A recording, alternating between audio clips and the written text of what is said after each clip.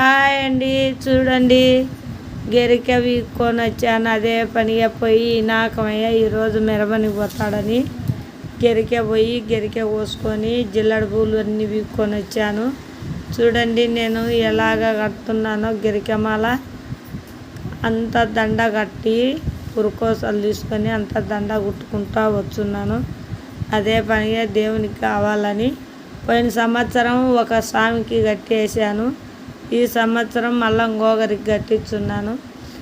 అది చూడండి, అందరూ బాగా గమనించండి ఎలా కడుతుంది మా ఎటు చేస్తుంది అని. నేనైతే కూర్చొని అంత గడ్డి అంతా కట్ చేసుకొని వదులు పెట్టుకొని అంతా కట్ చేసుకొని కడుతున్నాను. ఎందుకంటే దేవునికి గెరికమాల జిల్లడి పూలు వేయాలని నాకు ఇష్టము. అది వేస్తేనే ఆయనకు ముఖ్యంగా ఇష్టమైన దండలు.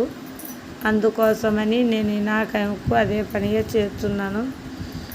పద్ధతాంచి కనీసం తినకోకుండానే నేను అదే పనిగా దండ కోసమే కూర్చొని కడతా ఉండా. అది చూసిన వాళ్ళందరూ మీకు అందరికీ నచ్చితేనే ఒక చిన్న లైకు, కామెంటు, సబ్స్క్రైబ్ చేయండి. అలాగనే అందరూ గమనించండి దండను. మళ్ళీ ఇదంతా అయిపోయిన తర్వాత మళ్ళీ గులాబీ రోజా పూలు వేసి జిల్లడి పూలు రోజా పూలు పెట్టి కడతాను. అందరికీ నచ్చినట్టయితే చూసుకోండి.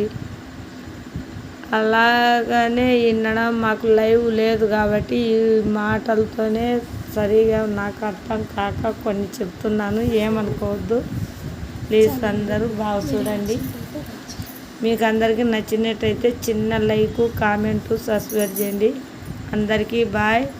హాయ్ మా అందరూ బాయ్.